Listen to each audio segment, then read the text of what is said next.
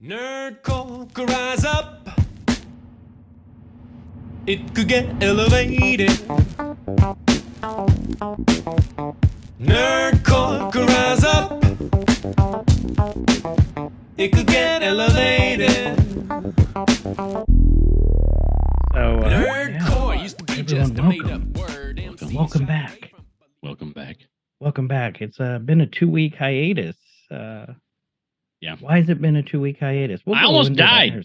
Yeah. I almost died. No. Well, I don't know. Well, I gotta get this mute still not button feeling handy great, right? I've been better. So Been Kyle better. got It the comes and it itis, goes. and that's up to Kyle if he tells you guys what he had. I had the COVID.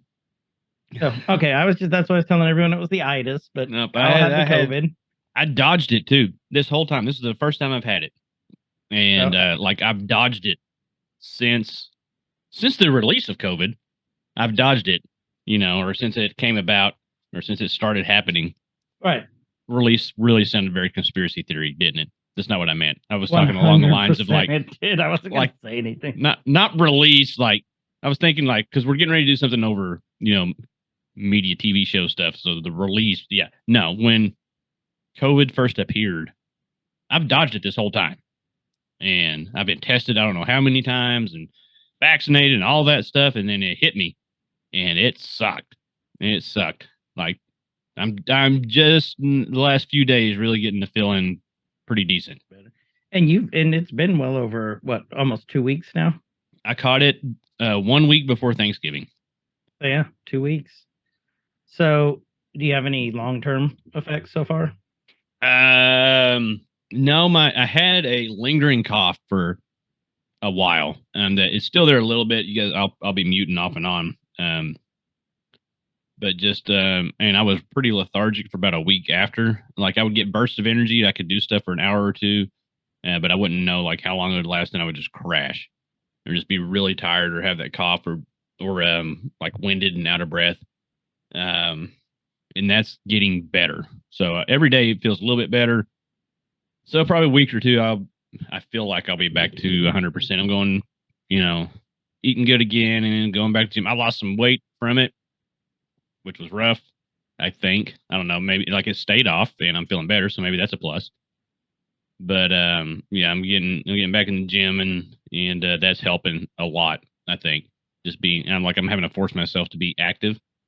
Good. Because I'll slump down into a lazy, squishy mess if I don't. So that's really helping a lot. Well, good. We're glad you're feeling better. So thank you. That's why we haven't had an episode in 2 weeks. We wanted to give, honestly, Kyle some time to recover. And honestly, it was a nice little break too, because we've been hitting this hard for almost 2 years. We're coming up on the 2-year anniversary, so that's coming up. Yeah, we need a little break every so often, refresh, recharge the batteries. And yeah, go ahead. Yeah, because we do you guys have been listening for a while. We don't do the short content, the 15, 20 minute podcast and little episodes that you'll see a lot of people do. Sometimes we do some long stuff, and there's a lot of time that goes into that. And every now and then, just I think with anything that you do with this type of stuff that we like to do, from podcasts to streaming to even just playing video games that you enjoy, if you don't take a little bit of a break every so often, burnout's going to hit. Or anything in life that you enjoy, if you just do it too much, burnout is a real thing in every aspect of life. And so every so often we may just need to take a little break so we can keep doing this. Well, actually, I've got 2 things after we do our little intro here to go over, and it goes on that. One of the things, actually 3 things. So, welcome to Every Man's Guide to Nerddom. We're back. We're back. We are 2 30 to 40 something year olds. I say right now, 2 30 to 40 something year olds. Kyle had a birthday while he was sick. I'm still 30 something. Happy birthday, still 30 something. Yay. We talk about pretty much whatever we want. I'm Chris. And I'm Kyle. If you guys would like to hang out with us live and in person, or communicate and interact with the community, we have a Discord that you can join. Links in the show notes down below. Below. Discord is free.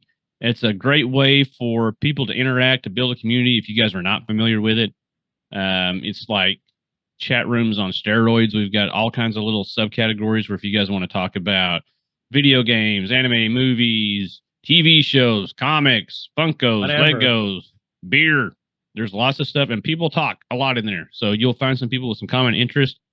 Maybe here's some of the people that we talk about in the community that we talk about and mention on the show a lot. They're always in there, carrying things on and having their own conversations. It's gotten to the point where we were usually able to keep up with like every conversation that was going on. Now there's all these other things going on that Chris and I are like, you guys have at it. We're not even having to be involved in all of them, and that's awesome. No, and I feel bad because I think we might have asked something. Stitch, Tano might have asked something, and I think we've missed it. There's a good chance. There's a good chance because We're there's so sorry, much that's Ben. going on in there. But it's this time of year too. Yeah, and also if you guys would like to hang with us live and in person, Chris and I stream on Twitch. Chris is under Guyver Unit 01, GUYVERUNT 01. Mine is under KSIG, K_SIG.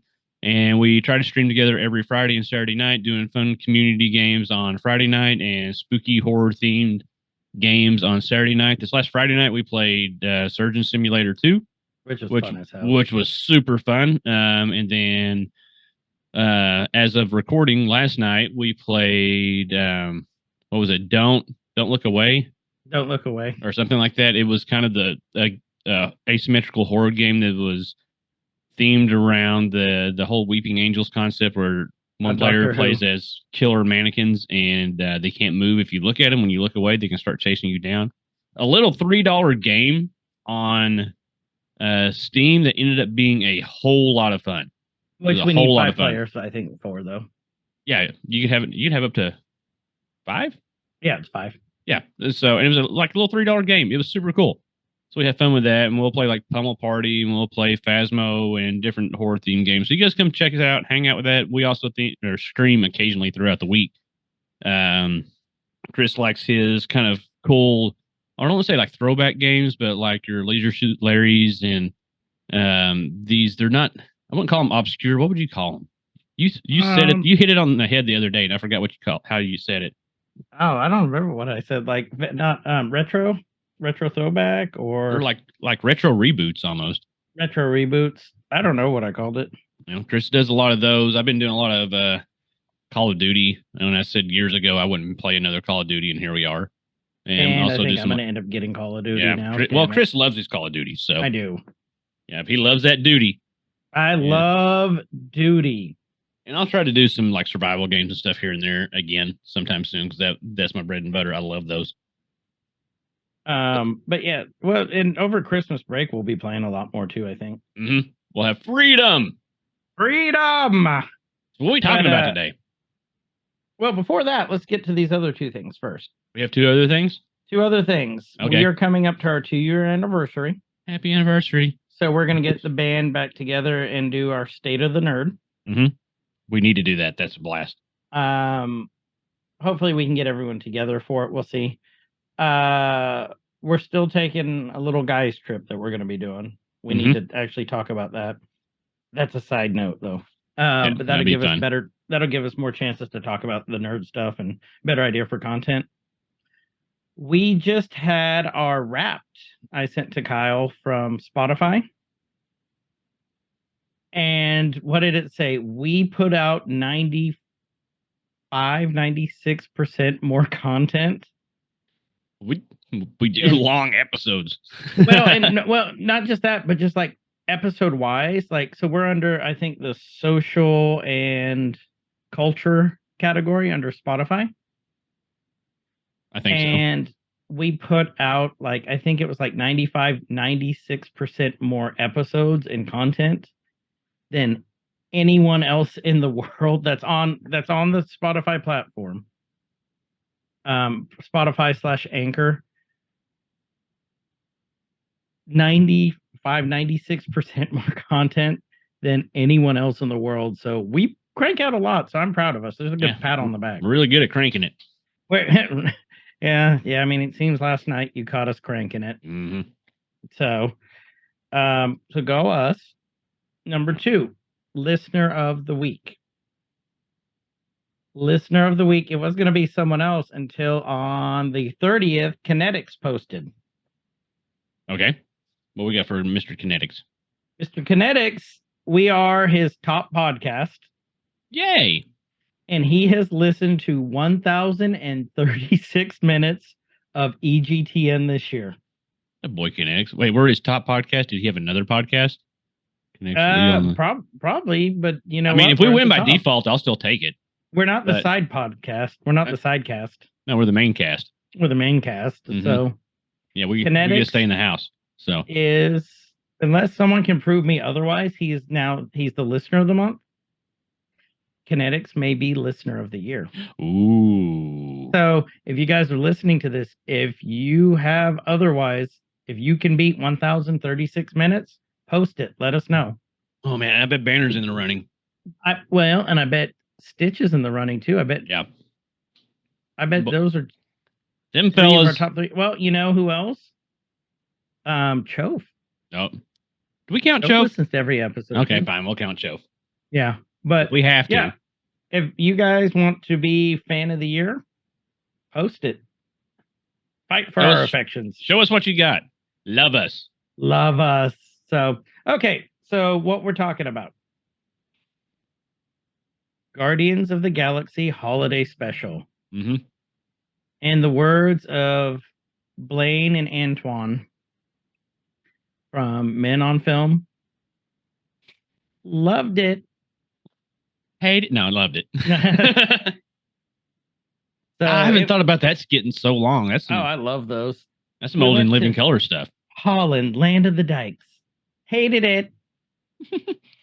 I love that. Yeah, we should do In Living Color, and how it could never they could never do that nowadays unless it Yeah. was on like Netflix or something. Or even Fire Marshal Bill Burns. Even that skit couldn't. I don't know. That one. Oh god, that was so good. Let me show you something. Handyman, they couldn't do that right now. There's so many they couldn't do. No. No. So, but What they could do is a Guardians Christmas special. which was phenomenal. Mm-hmm. And Return of the Nerkie. Yay, we're nerking again. So we're gonna go ahead and start, or else we're never gonna finish. Yeah. We've been practicing, so it's good.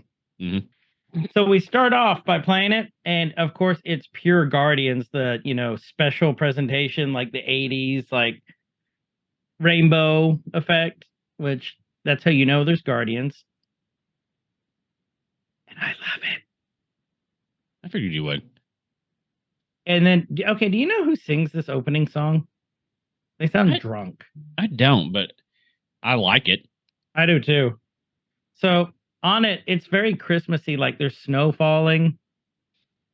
Mhm. And of course, they're showing all the old clips, which I love. And then there's the Guardians. And the Marvel Studios is outlined in Christmas lights, which I love. Yeah, it was a really cool intro for sure. Rare old mountains dew.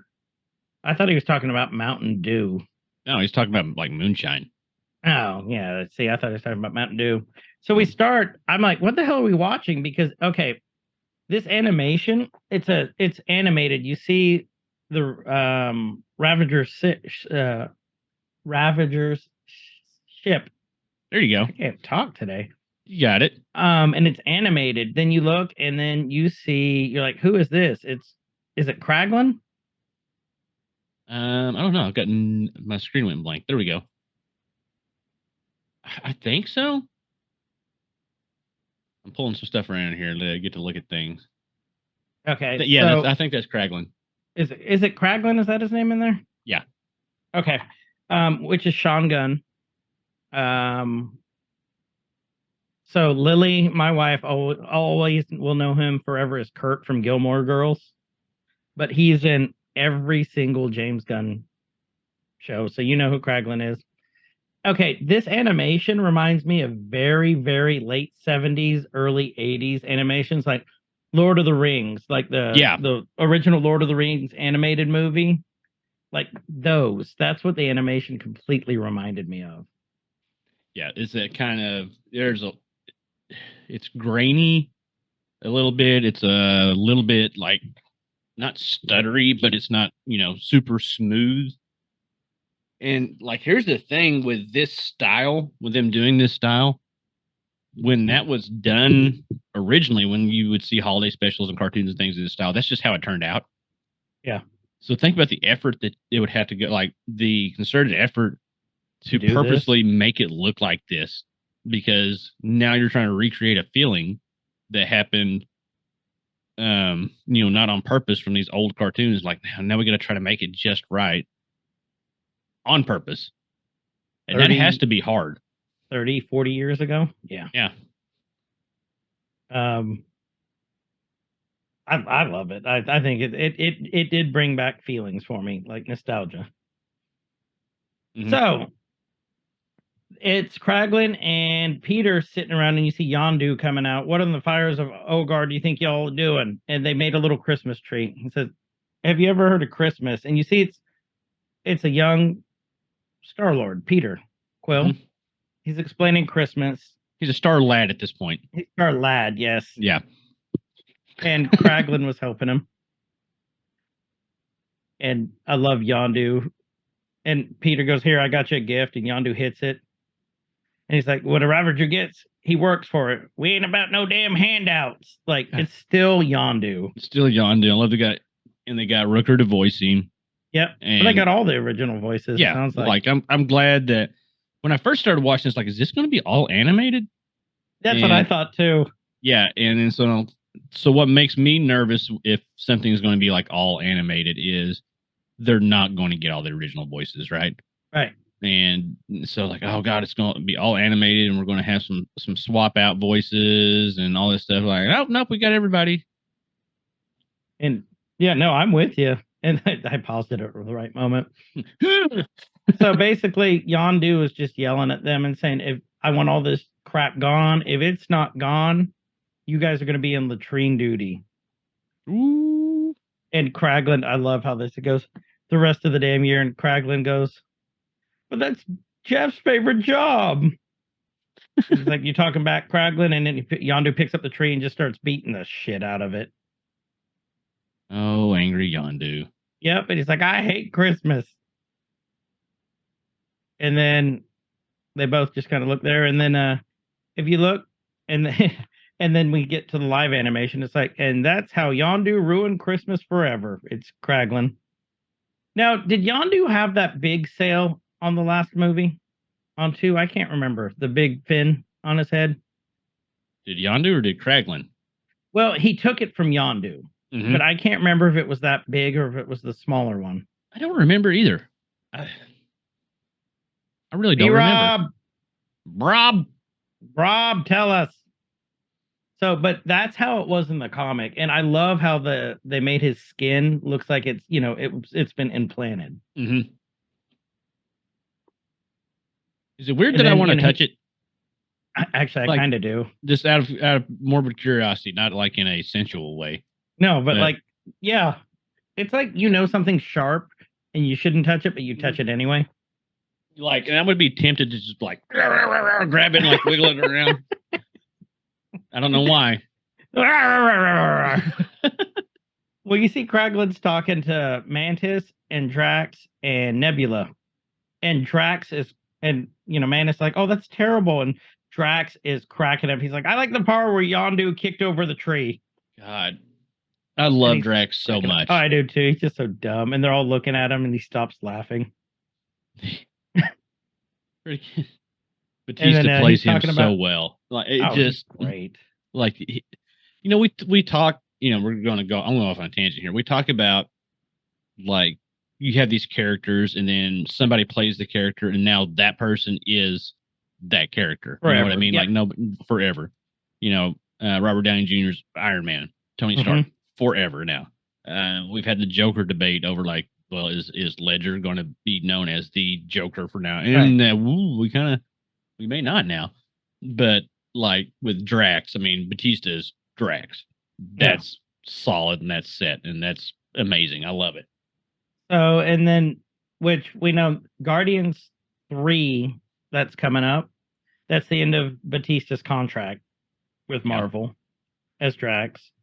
And we'll talk more about this later too, but it's, this is the end of the Guardians 3. We know that. No. Because James Gunn directed this episode, he's done. Like when they screwed him over, now he's the co-CEO or co-president of the new DC movie and television section for WB. I think Marvel fucked up. He's on movies and TV? Yeah, yeah. It's him and another guy. So they're not putting it on one person. So Gunn's a genius in my opinion. I love James Gunn. But now he's in charge of the creative aspects of both of these. DC needed that. Oh, yeah. And I think this is a big blow for Marvel. Yeah, as long as he doesn't try to make DC Marvel. You know what I mean? Yeah, like try to copy the formula, because I don't think it will work. And we've said it over and over again 100 times that like DC is usually darker, grittier, more realistic as you can get with realism in these type of movies. And if he can take the storytelling and the episodic nature of some of these films and make these big expansive universes work, that's what they need. They need a universe to work if they want to do that. Or they stick with the one-offs, and you get to experience something new every time. I don't know which one I would rather like, but I think Gunn can do some good stuff for him. I think he'll do fine because I liked the new Suicide Squad movie and I loved Peacemaker.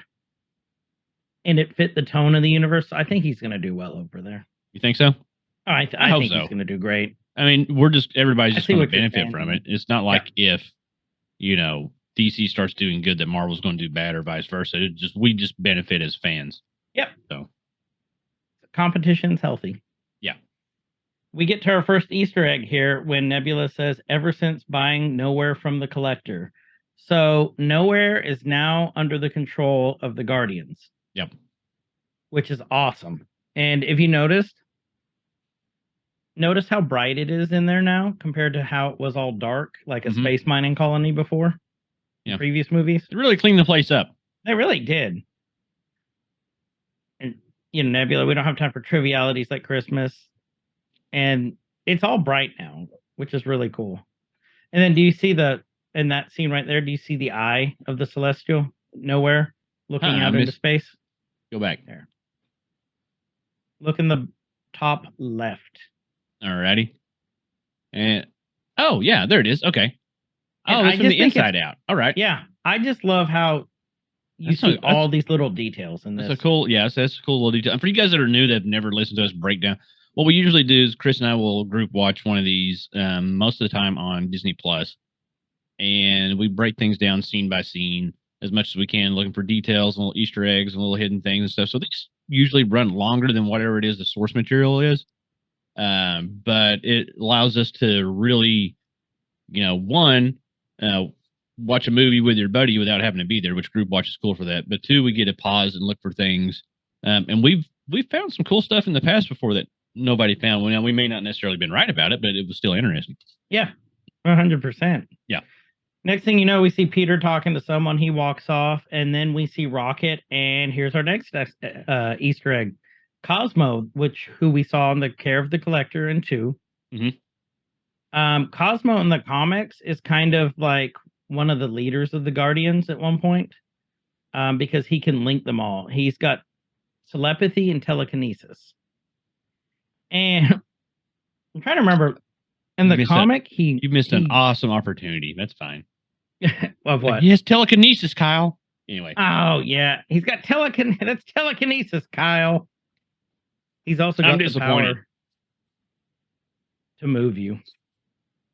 Damn it. Yeah, I did miss that. My bad. We're rusty. That's fine. But in the comic, he had a strong male Russian accent and through telepathy. And here it looks like his little caller talks for him, and it's like a little kid. Mm-hmm. And Rocket's yelling at him. He's like, what use is telekinesis if you can't even aim? I love me some Rocket. Yeah, it's like, okay, his collar, it's like Doug's collar from Up. It is. I wonder if that's a Easter egg. I don't remember that in the comic like that. I think he talked saw through a picture telepathy of him with the collar. He's got a color. I don't remember if it talked for him though. But you know, you keep Cosmo talking. I'm gonna asks look him, it up. Okay, Cosmo goes, "You want to do it? Then you do it." He's like, "Just concentrate, stupid mutt," and he barks and then drops everything. And Cosmo's like, "I refuse to do any more work while you demean me." So kind of looking, it looks like it may. The way the collar was stylized in the comics, one of the little circles on it could maybe be interpreted as a speaker.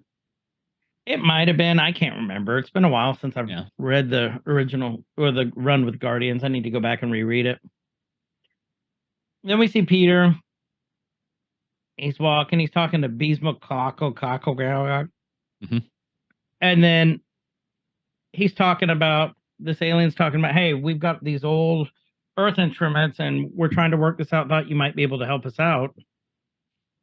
It's about one of your Earth traditions. And then I looked. This is actually a band. It's a real life band that they got to dress like the aliens. And that band is the old 97s, I think it is. Let's see, hold on. Guardians. And the soundtrack to the Guardians holiday special is also on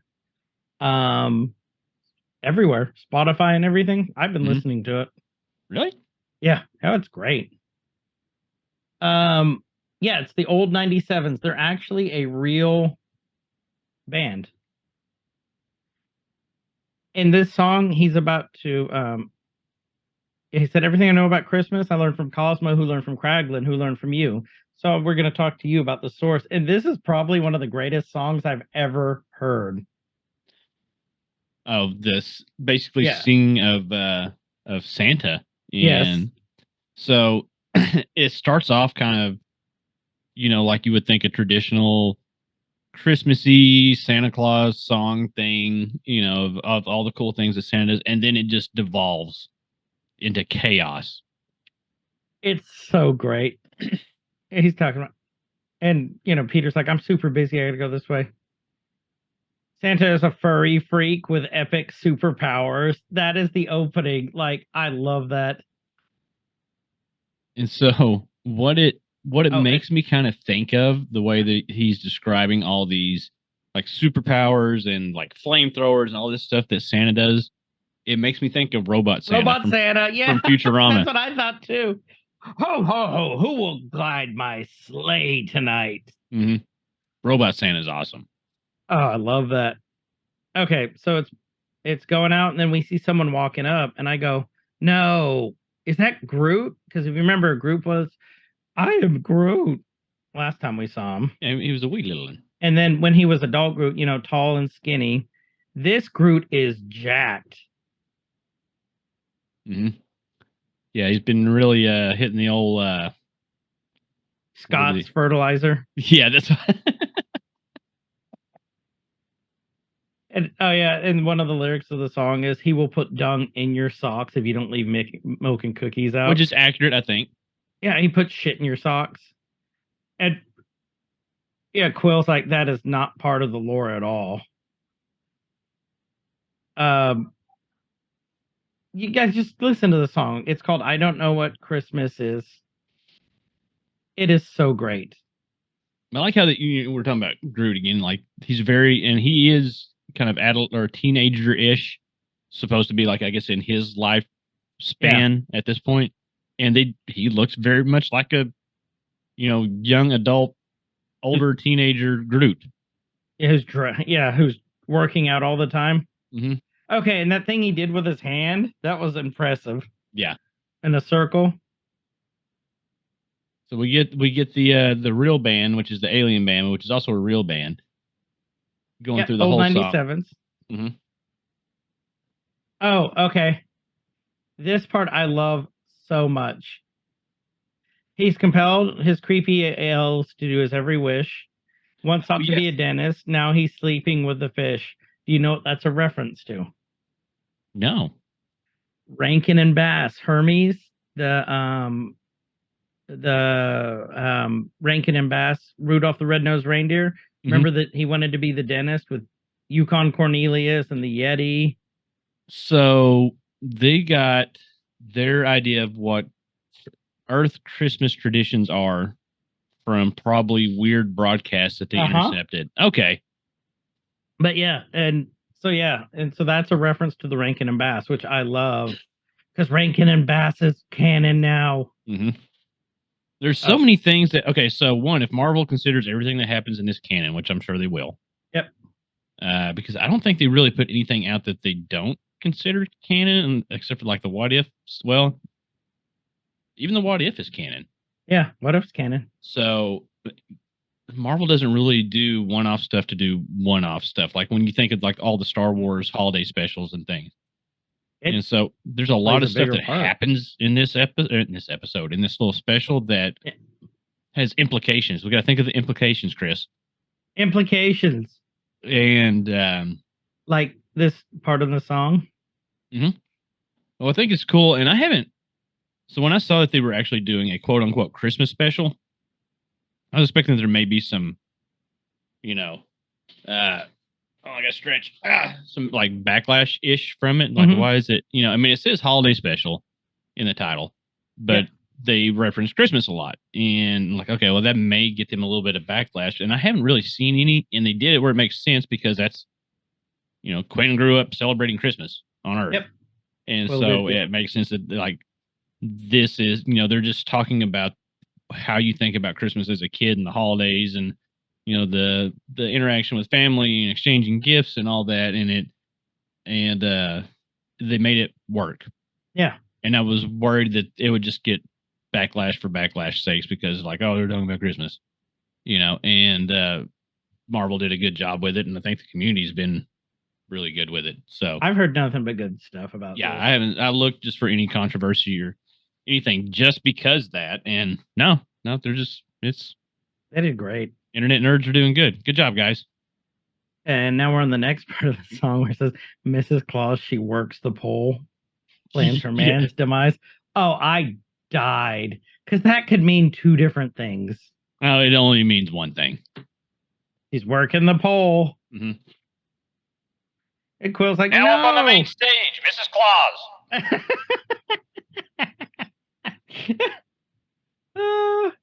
What would she dance to? What do you think Mrs. Claus would dance to?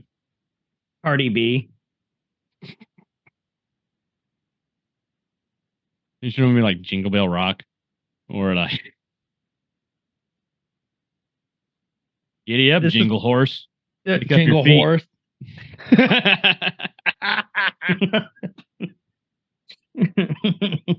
I cracked myself up with that one. That was a good one. That was a good one, sir.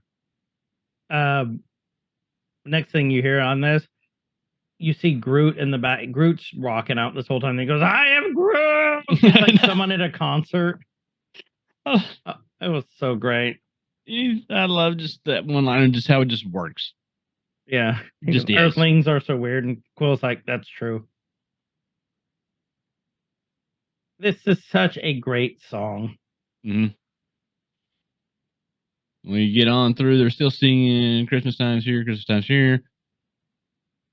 Quinn seems unimpressed because now his heart is broken because the memories aren't there. What the hell's a turtle dove and who let up that deer? He's talking about Rudolph.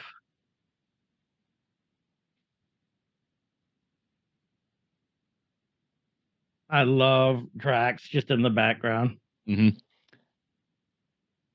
So this is just a really cool scene. It set the tone and made it kind of festive because, I mean, let's be honest, holiday specials and Christmas specials and stuff are always a little bit cheesy.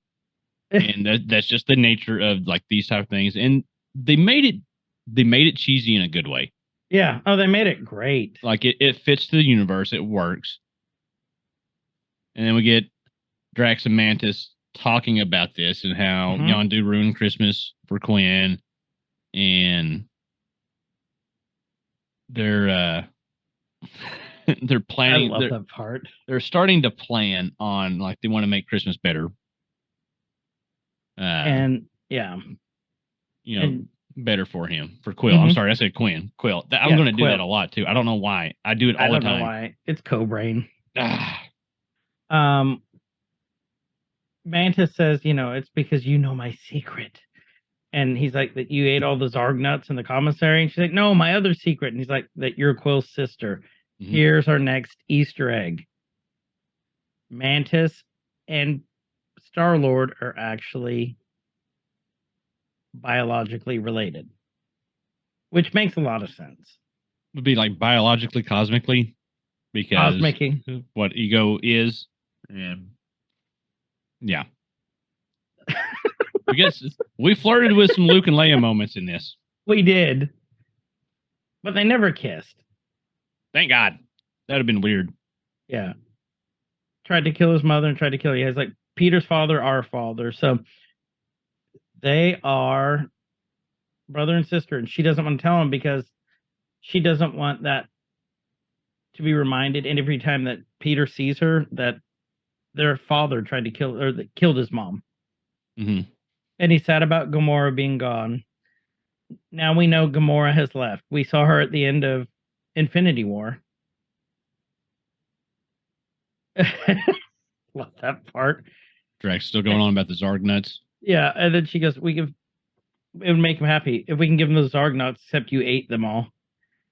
And she does that Mantis thing. Get over the Zarg nuts! I love Mantis because she's so like innocent, childlike in her reasoning. Yeah, she's like, well, maybe he won't hate me if I give him a good Christmas. Like, this is something that you would see, that you would think of like a little kid would do. Yeah, to make things, and then and that's her attitude through the whole thing, through living through this special, and then she gets hammered at one point. We'll talk about that. But so awesome. So they decide that they need to go bring him. Did they say they're like bring him his hero or the crap? How did they put it? Here it is, right here. Yeah, Quill's only legendary hero who has saved countless lives. Yeah, we could give Quill him as a president, meaning give him Quill the hero as a president. And then our next Easter egg. What is our next Easter egg? Is it an Easter egg? Yeah, I think it is, because he's now canon in the universe.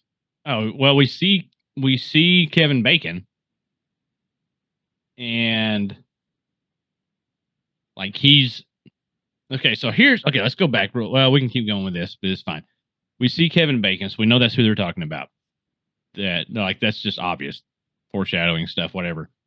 But so that makes Kevin Bacon as Kevin Bacon the person existing in the Marvel universe, right? Which is one awesome, because we get I love it when you get actors playing themselves in things like this. Mm-hmm. But again, there's implications. Mm-hmm. So if this is canon, as Kevin Bacon is Kevin Bacon in this Guardian special, he's talking to Kira. Kira Sedgwick. So both of them and some other people later on. Does that mean, and it probably should mean, that they cannot play a character in Marvel going forward? So if you look in the Legends series movies, which is X-Men First Class, all the Foxmen movies, Sebastian Shaw. Mm-hmm. Which means he can't come back and play him now. It's true. So, next thing you know, Drax and Mantis are in the new ship. It's not the Miliano. Nope. It's the crap. I forgot what they called it. The ship? Yeah. It's the Bowie. The Bowie. Yes, you were telling me before the ship. Yeah. Yeah. It was named after David Bowie, and Peter keeping it with 80s idols. Mm-hmm. So okay, cool. Listen to this song that's on here that they're playing as they're going through the warps. Tell me if you can recognize what it is. I had to tell Lily. She goes, it is. Well, I've got it muted because I don't know if... Here, unmute it. I don't know if it'll pick up in the recording or not. Oh.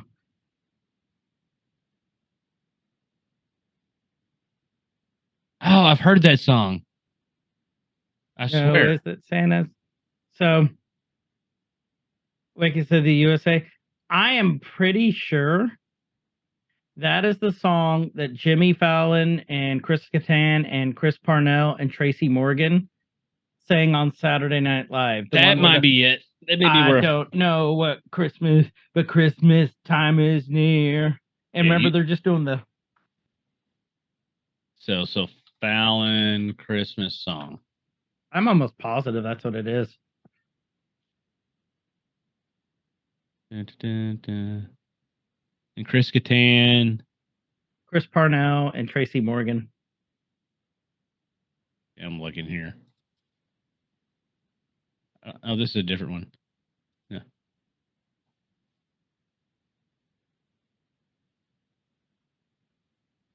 I think it is. I think it is. It's too. Horatio Sands, Jimmy Fallon, Chris Kattan, and Tracy Horatio Morgan. Sands, that's right.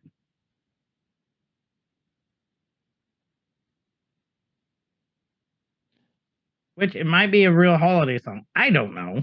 No, but That's all I know it from, though.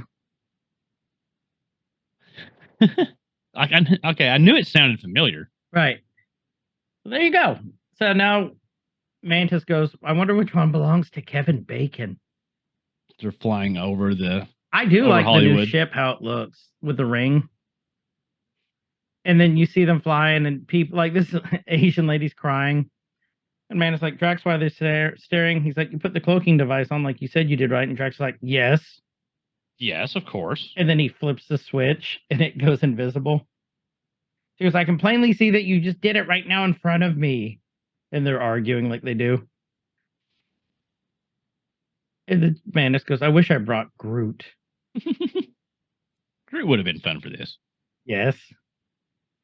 So now they're cloaking, and they land in the most inconspicuous spot ever, right above the Hollywood sign. And then, did you see what Drax said? Uh-uh. Well, ask her, do you think Kevin Bacon is the leader of the world or just most people?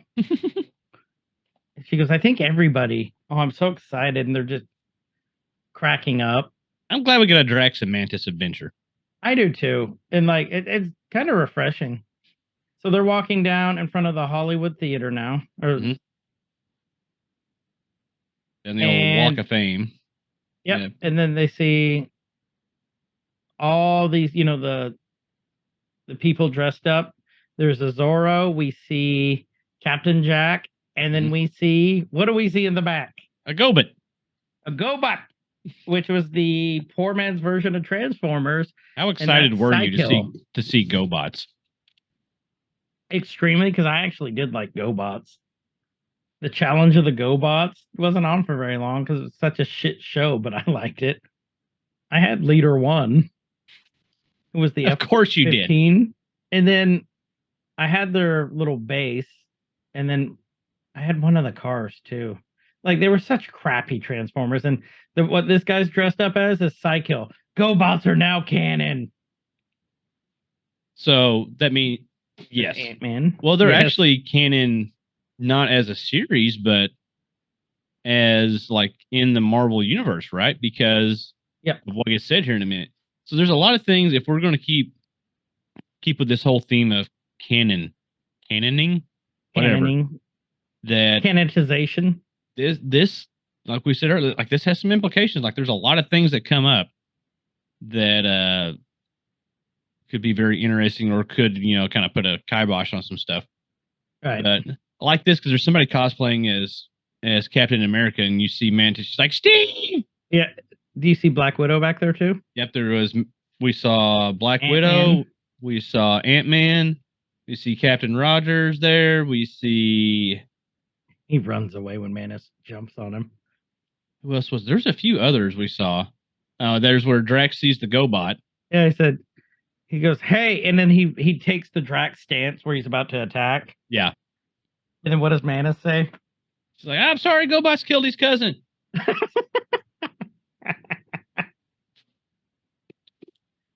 Oh, that's so great. And so he's just so ready to... yeah, she's like, stop being a bigot. Yeah, he's like, I'll rip your head off and stuff. And there's a Captain Marvel. Captain Marvel, Black Widow. We got a mummy in the background back there, which could be just, you know, any mummy. People came up, started taking pictures with Drax and Mantis. Mm-hmm. And they gave him money. And Mantis is like, what is this? And so now they're taking all sorts of pictures with people. Getting lots of money. Like they're The bachelorette party all over Drax. Mm-hmm. Oh, yeah, he's got the same pose in like every picture. Yep. He's just He's standing just kind there. of standing there. Boy, hold on. Was it right there where somebody was like, I got a picture with the God of War? Yes, yeah. And so, Oh, I died at that part. I was like, wait, I had to rewind. Like, did they say what I thought they said? Like, oh, they think he's Kratos. That's They cool. think he's Kratos. And so they're just they're gathering making a up lot of money. Like, she got a wad of money. I'm looking for if anybody. Oh yeah, then Drax starts just beating the shit out of a GoBot. GoBot. Well, poor little Mantis is Okay. distracted. Oh. Here's our next Easter egg. What you got? They're walking down the street. Oh, I'm like 2 seconds behind you. Okay, counting money, and then if you look at the sign up there, Oh, there's an Eternals reference. Kingu's Christmas. mm-hmm. There's their first. So Eternals. Yep, the Eternals are still around. Yeah, they sure are. Again, I didn't mind the movie. I really didn't either. It was slow. It was slow as hell, but it may end up being one of those movies that when you go back after a couple years and rewatch, you're like, okay, I can. It may catch some, like, I don't want to say like cult status, but right. There may be some super redeeming things that people just. This is why I like doing Nerkies too. Okay. We go back and we catch shit we missed the first time. I didn't even notice this the first time, but it makes sense. I mean, I noticed it, but didn't notice the bar. So they're walking into this bar, right? Mm-hmm. And there is a pride flag outside the bar. I didn't notice that the first time. The outside of the bar almost looked like where the guy, I forgot his name now, in She-Hulk was performing. That was like the disgraced. The magician? Yes. It looks similar to that. I wonder if that could be it. I gotta go back and look at that. I don't know if She-Hulk took place in Hollywood. I don't think it did. I'm trying to remember where. Hey, B-Rob, tell us, you loved She-Hulk so much? We need B-Rob on speed dial. Rob. He hated She-Hulk so much.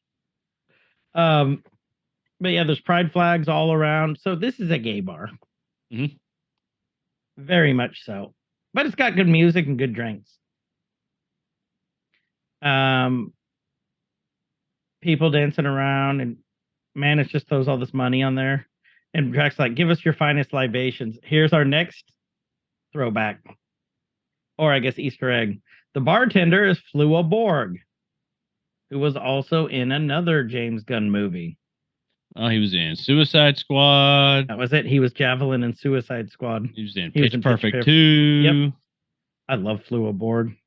What else has he been in? Why would I know where Kevin Bacon is located? I love Flua Borg. And Palm, aka Mantis, was also in Suicide Squad. So Flua Borg, he's a stand-up comic too, right? Was on he had a YouTube thing for a while. Oh yeah, okay, now I know who he is. Who he is. He's hilarious. Freaking hilarious, yeah. Because he's got that deadpan German sense of humor. Mm-hmm. Yeah, he was on Conan a lot. That's what it was. Yeah, he was on Conan a ton. Mm-hmm. He's funny as hell. Start. Yeah. So you have both of them were in Suicide Squad. And then I love the way Mantis is taking the shot. She drinks it like a dog, then takes it. And then she starts blowing out smoke after she takes the shot. Drax is cracking up. Yeah. We've got a knockoff Morgan Freeman in the back just watching him. Vegas Morgan Freeman. Yeah, Vegas Morgan Freeman. And look, then you got Freddie Mercury. Yeah, you got knockoff Freddie Mercury. The guy comes to Drax like, come dance with us. And Drax, dancing is for people that are pathetic. Yeah.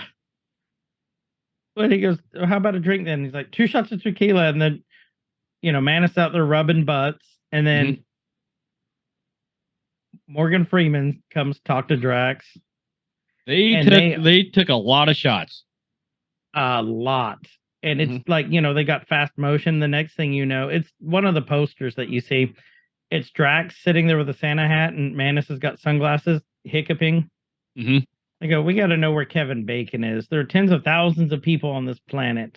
I love her obliviousness. Yes. Like, we don't know what Kevin Bacon looks like. And then someone goes, you want to know where Kevin Bacon lives? And it's one of those maps to the stars people. How convenient that they ended up in front of a map stand. I love that. Okay. And she's like, that'll be $40. And she's like, uh-oh, we don't have any money left. So she panics and touches the lady's hand. It's like, you'll give us the map. Yeah, She's like, give it to me for free. And then she's like, give me all your money. Yeah. That's so great. And the Guardians are anti-heroes. Okay. Next. Okay, yeah, let's pause right here. This is what I was talking about before the show. So we get this like cool little graphic thing of the map to the stars. And so it shows them their faces are the what do they call those? The Disney little cutesy ones. What do they call those? It's like with a C. I don't know. Keep looking, I'll look it up. Yeah, they're like the little like chibi. It's not chibi. They're like chibi-like. Yeah, except Disney has a word for it. Okay, go ahead. So we see the map to the stars, and so we have John Cena showing up on the map. We've got the Governor, Arnold. We've got, who's in the bottom left? I don't know who that is. I'm not sure who that is. We've got Margot Robbie. Wait. No, I don't know who that is. Let me see if I can look up and see who's on the map. So, yeah. So now we have 2 more references to Suicide Squad. We have Cena and Margot Robbie show up. And then we got, who else we got on here? I don't know who that is on the bottom left at all. At all. Though we got, and then we got Queen Latifah. Is that Queen Latifah? That's Queen Latifah, isn't it? Yeah, it is. Is it? So what this means to me is this is establishing this little group of actors, right, as themselves in the Marvel Universe. So that means we can't have Arnold play somebody. Mm-mm. At least be a villain in 616. Well, he really can't be anybody but Arnold. At this point, right? Yeah. Right. Cena can only be Cena. Margot, and so, so they can't be cast now. Mm-mm. Other than themselves. But this is Gunn's last jump in Marvel as of right now anyway. Well, yeah, but they would have to do some retconning. I mean, this would be a stretch as a reason not to cast anyone. Right. But if they wanted an excuse not to cast anyone from that shows on this little map, they could be like, I don't know, well, Arnold's already established as Arnold. We can't get, which they wouldn't get. I don't think they would get Cena anyways. No. But it's also kind of funny that you've got Cena showing up in a Batista thing. Yeah, no, that's great. Yeah. That is so great. Well, then they finally make it to Kevin Bacon's. Here's our next Easter egg. What's he watching on TV? He is watching what's it called? Santa Claus Conquers the Martians. Santa Claus Conquers the Martians, yeah. Where do you and I know it from?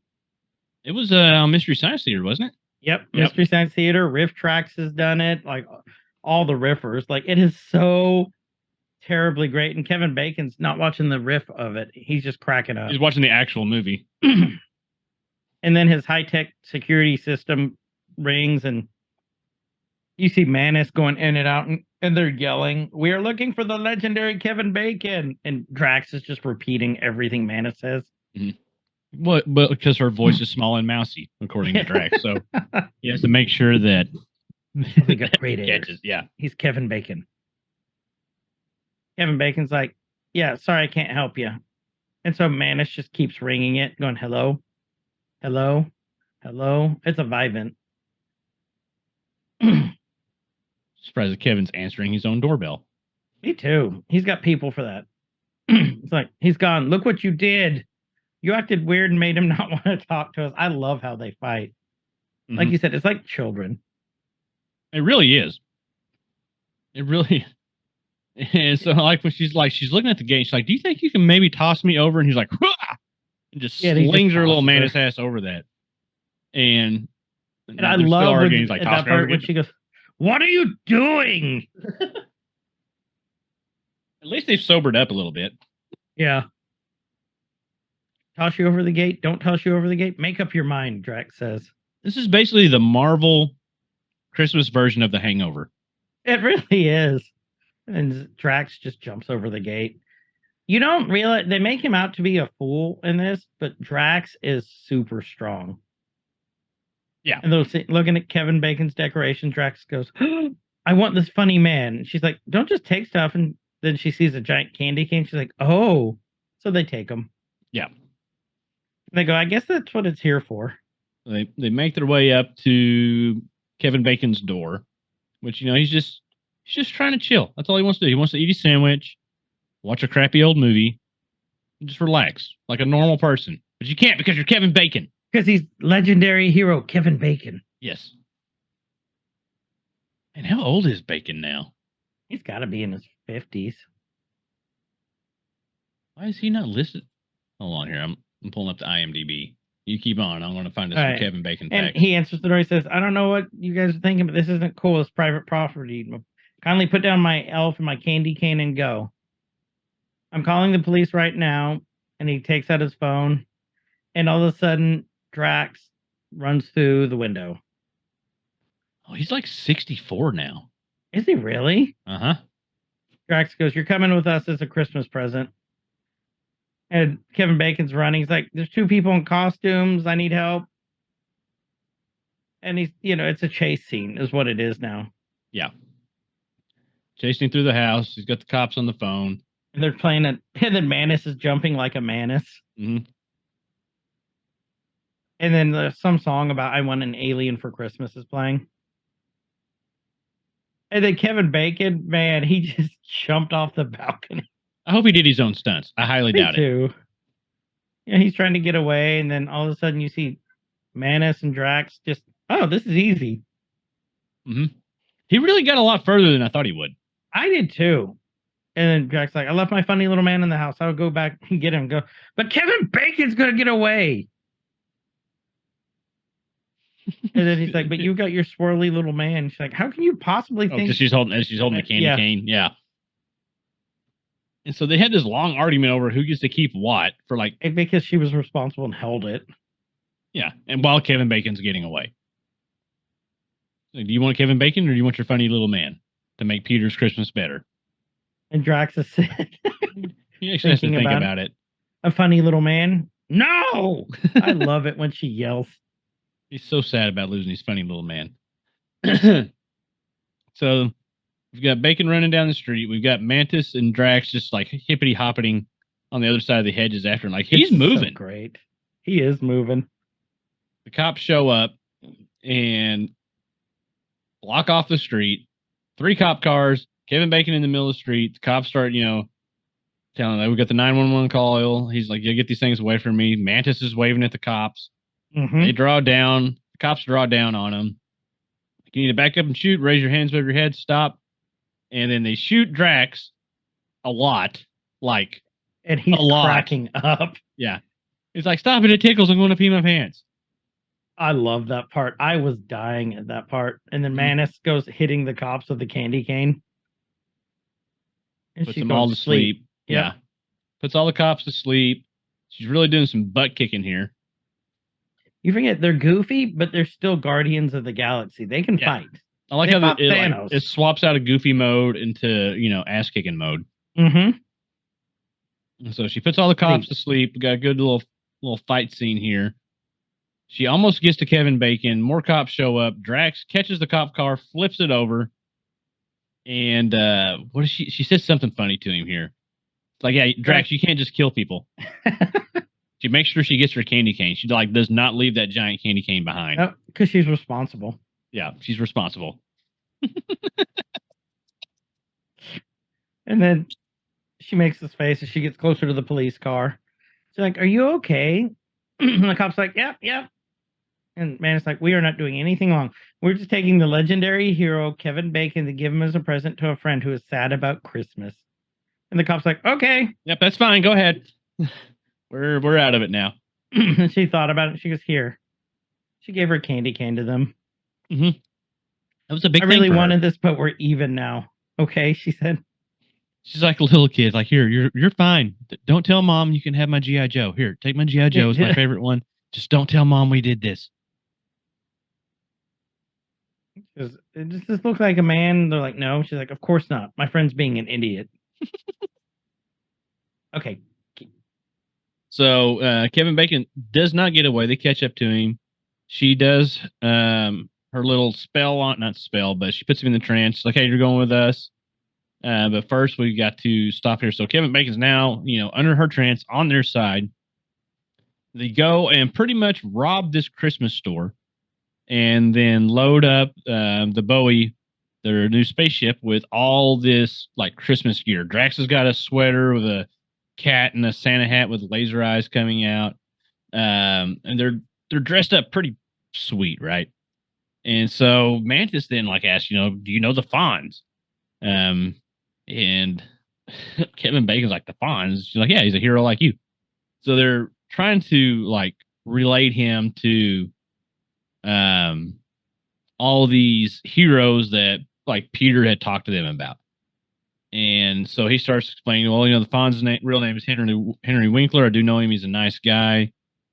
And he's like, oh, would you, they start talking about like team ups, like he's a hero. And then Drax like, well, tell us when you saved a small town by dancing like a moron. And Bacon's getting like, well, that wasn't me. There's a character I played in Footloose. So they start putting all this together. And he's like, well, what about when you fought and defeated the super strong mass killer Jason Voorhees in the woods? And so he's getting like, nope, not me. Just a character I played. Actually, he didn't actually kill Jason. He got stabbed through the neck with an arrow. And so Drax just starts cracking up laughing, and then it clicks. Like he's laughing, then he's just staring at him. And the man's like, he's an actor. He never actually saved anyone. Of course, Drax hates the fact that he's an actor. Retching, coughing, all this stuff. And they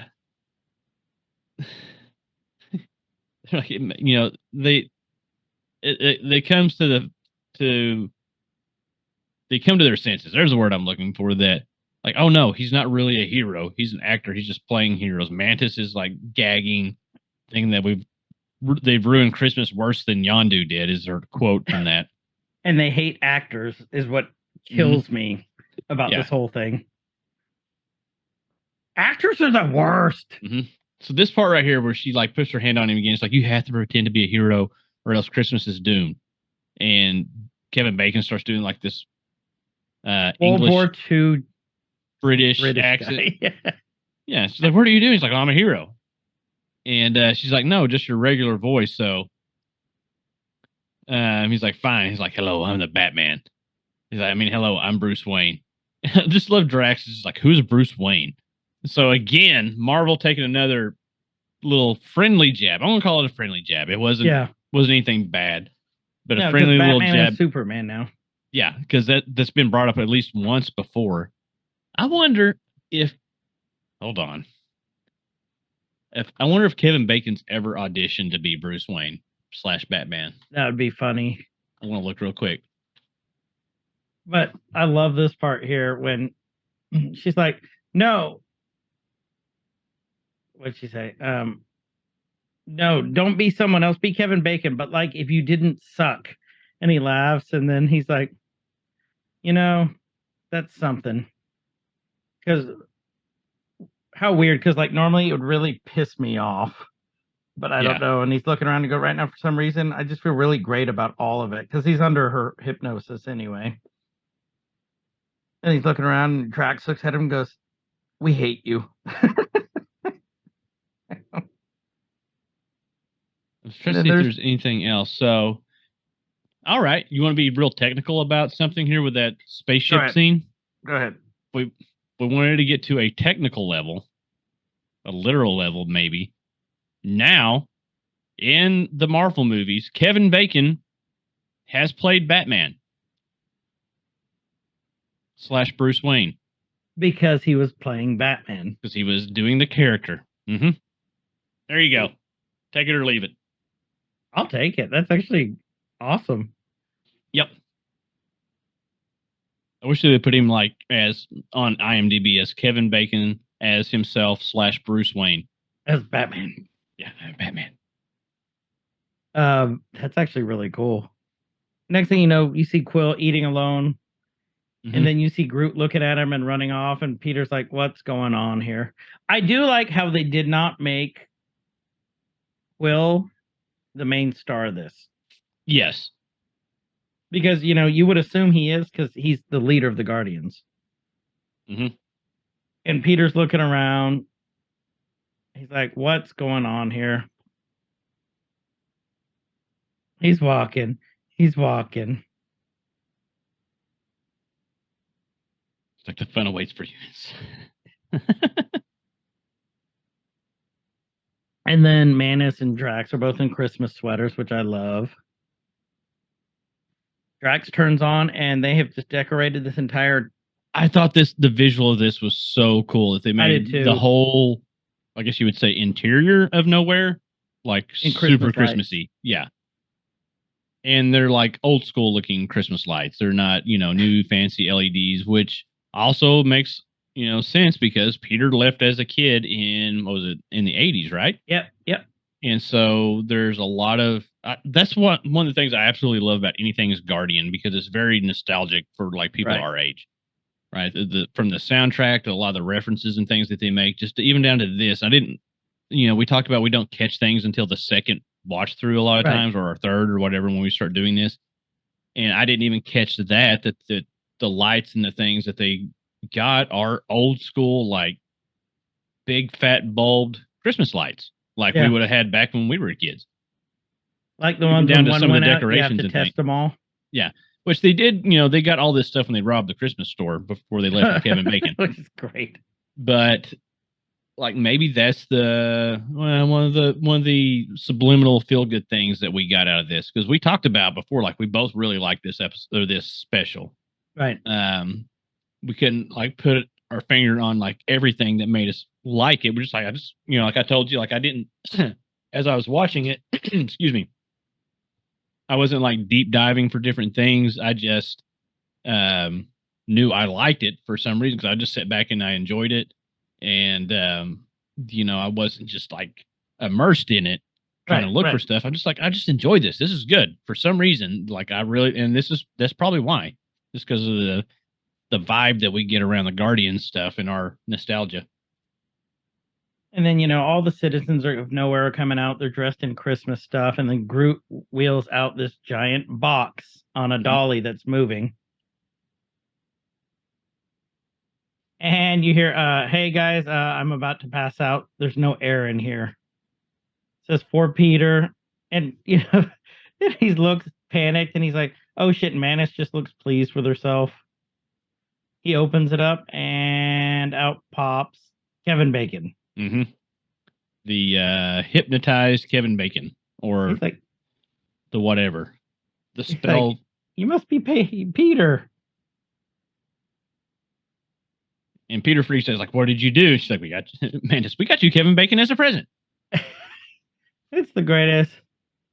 And then Rocket's like, what do you give the guy who has everything? An actual human being.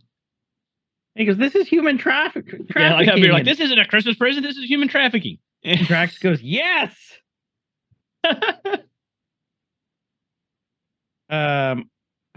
I'll be right back. All right. Keep going. And so Peter's calling out Mantis, like, you put him in a trance, you use your powers on him, get him out of the trance now.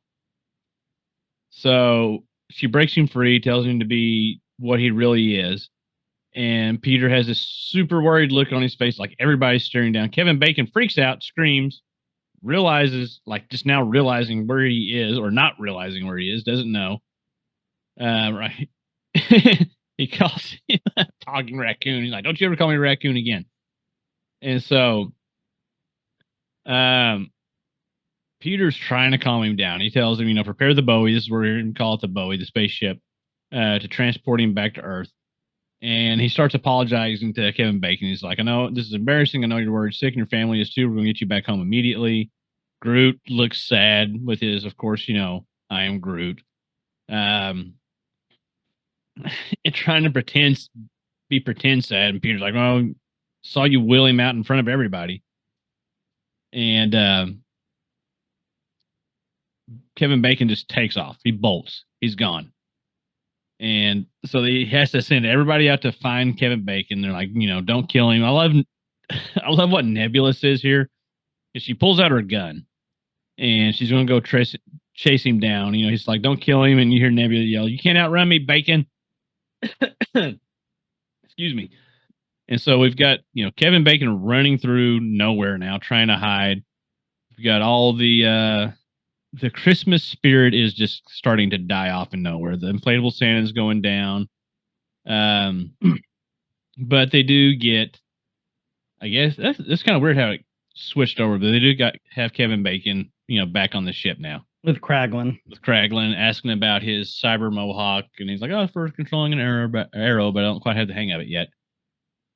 And then Kraglin, in a very calm way, starts explaining to Kevin Bacon about why Mantis wanted to kidnap him and bring him up there for Peter.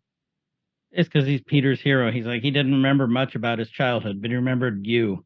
Mm-hmm. This is where we have our Christmas moment, the Christmas miracle. And he's like, you once saved a whole town by dancing. Peter once saved the galaxy by dancing. Mm-hmm. Such an inspiration. And he is an inspiration, and Kevin Bacon is his hero. Yeah. Well, then he gets a phone call.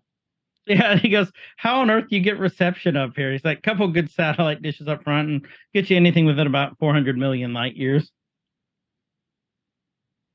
Which I thought was hilarious that he gets cell reception up there. Yeah. So starts asking when he'll be home. And he has a change of heart. His heart grew three sizes that day. I thought I was going to misquote it. And yeah, Bacon's ready to make Peter's Christmas memorable. Aww. And now we got Kevin Bacon with the band. He was actually the singing. old 97s. Mm-hmm. I'm going to look them up really quick. The old 97s. Yeah, I haven't heard any of their stuff, but I've heard the name. Okay, I do love Groot with the little reindeer antlers on headband. They've been around since 92.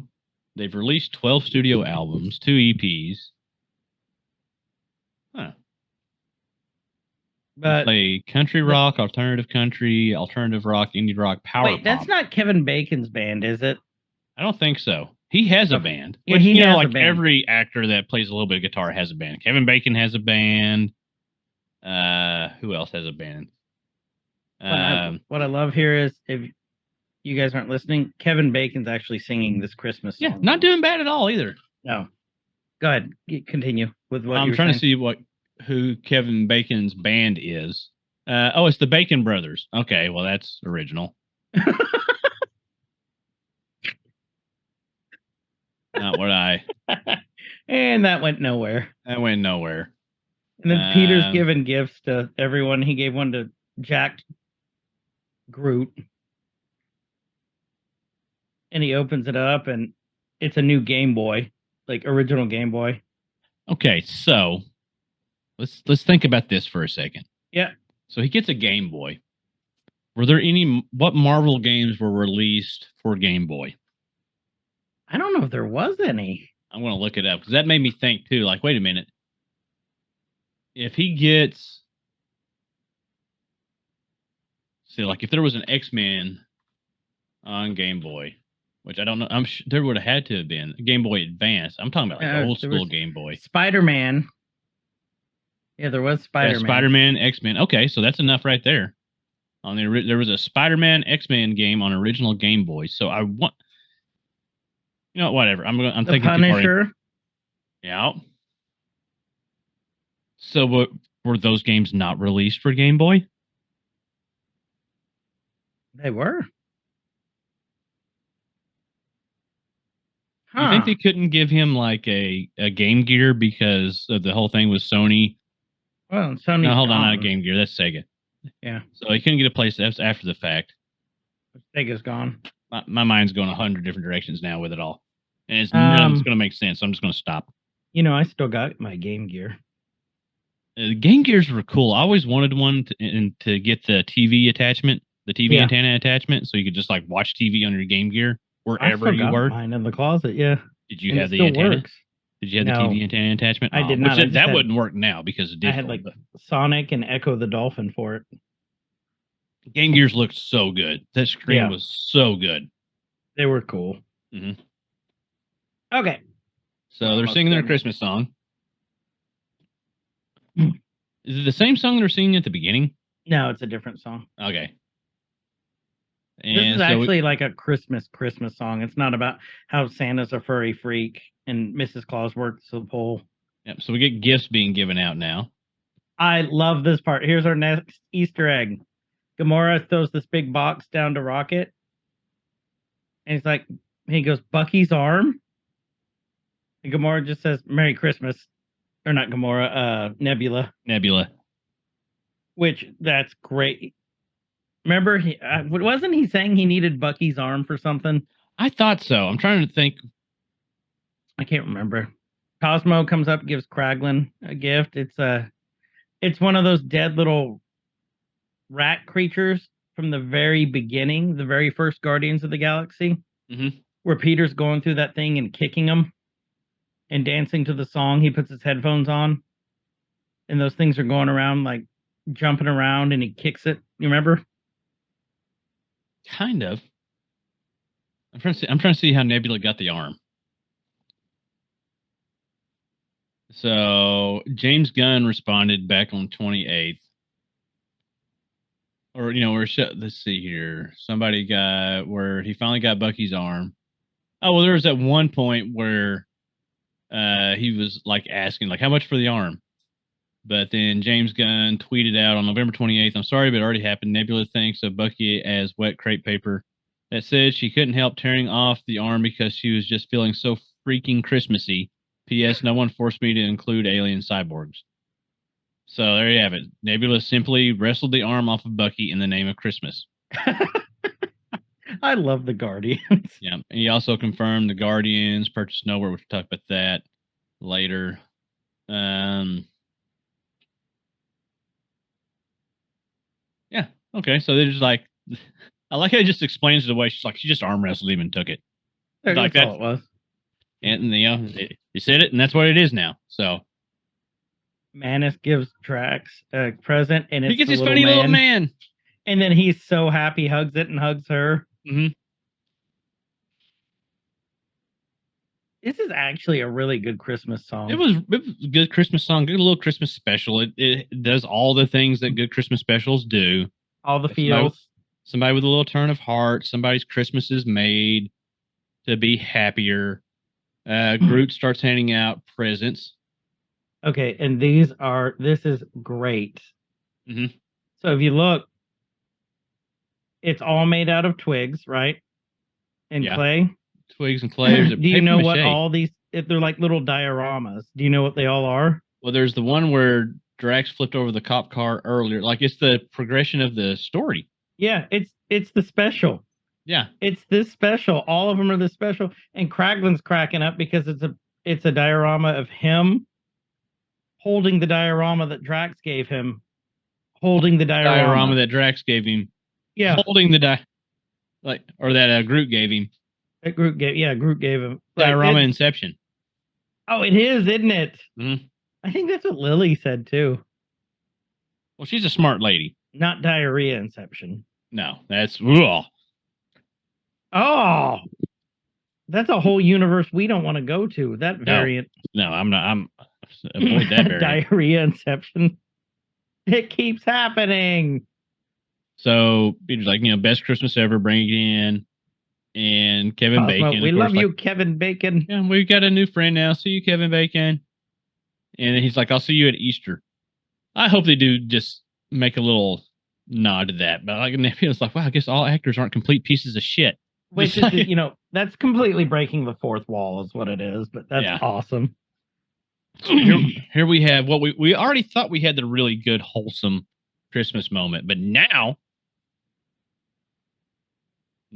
we've got Peter and Mantis hanging out on a balcony talking. And Mantis is telling him, Kraglin told us a story about how Yondu ruined Christmas, so we tried to save it for you. Her whole reasoning for kidnapping Kevin Bacon. And he laughs, and he's like, I'm not sure Kraglin knows how that story ended. So we go back to the animation, and we see Yondu, like, looking in the trash, and he digs out. You see presents for, Taserface, Yondu. You see the busted-up Christmas tree. And then Yondu... I didn't even notice the taser face. Yeah, Taserface's was in there.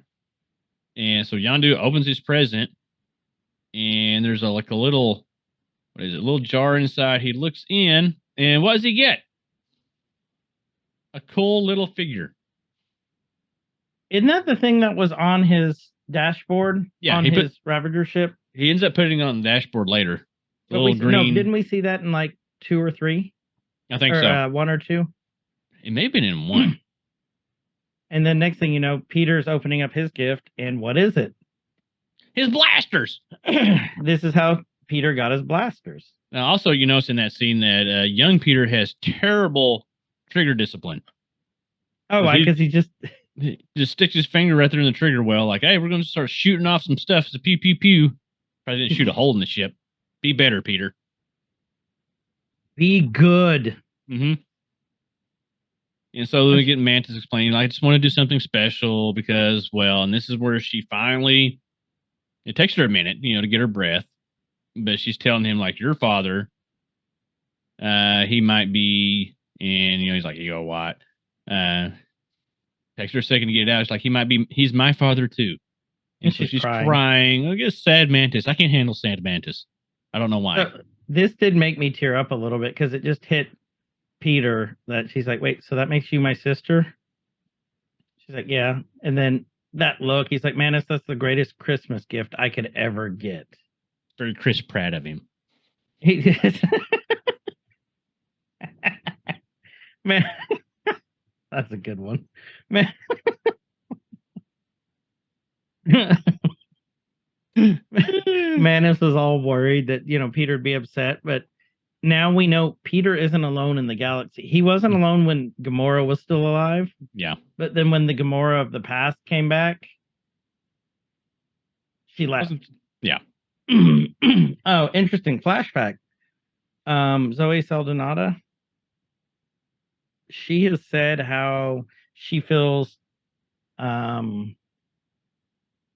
she's done with Marvel because she feels that as an actor, she can't grow in this role anymore. There's nothing she can do, and she's bored with it. Really? Yep. Which I find really interesting. So, I have theories on who's going to live and who's going to die on Guardians 3. Everybody's going to die. Adam Warlock does look awesome, though. Okay. They're hugging at the end. And he says, Merry Christmas, Mantis. And she goes, Merry Christmas, Peter. And, it's panning out. And next thing you know, we're back to the animated on the ship. Yep. And it's Yondu sitting there with Peter with the little squishy he gave him. Mm-hmm. And they're smiling at each other. And he kind of, they kind of do the punch. He rubs Peter's head and good job, champ. Good job, champ. Well, and it just goes back to show, he saw Peter as a son. Mm-hmm. Peter saw him as a father figure. And then, Merry Christmas and Happy Holidays to all. And then we go through the credits, and then what is the mid-credit scene? Mid-credit, we've got Groot standing there wrapped in Christmas lights. And tinsel. And like he is now a Christmas tree-ish. Briefly. That's briefly. Interesting. Did you... Okay, hold on. Before that, in the special thanks on the credits, special thanks right there? Hold on. Yeah, I don't think we're going to be able to pause it at the same time for each other. Do you see, are you on the special thanks by chance? Film footage from Santa Claus Conquers the Martians used in permission of Studio Canal SAS. Look up. Special thanks, Lee Gunn, Jennifer Holland. Jennifer Holland is James Gunn's fiance. Uh-huh. She's Hardcastle from Peacemaker, Oh, the main blonde girl. well, I mean, he kind of probably has a little bit of pull on who he can give special thanks to. Right. I'm wondering if she was in the episode somewhere. Probably not. Look, she would have to be. I mean, she's an actress, so she's going to have to be listed. Yeah. So, okay, continue with that. I'll look that up. You. I'm already Continue looking. with I what don't they're see doing. her. I've got the whole cast list up here. I don't see her listed. But so we've got, excuse me, Rocket and Cosmo decorating Groot as a Christmas tree. And Groot is obviously not feeling it. He sighs, drops his arms, and I'm like, Cosmo, Groot ruined Christmas again. And I love how they got the dog to look at the camera when it was said. Yes. And then what did they say at the end? Besides that, I missed it. We're already off of it. they said, "Oh, guess we got to have another special." Oh yeah. What if they're actually going to do an Easter one now? That would be a very Guardians thing to do, just because it got brought up. Oh, 100%. So your thoughts on I enjoyed it. I really enjoyed it. I thought it was extremely well done. Mm-hmm. It was just it was feel goods. It was comedy where comedy needed to be. Like, I know B-Rob's thing is like, I hate forced comedy, and that's why he hated She-Hulk.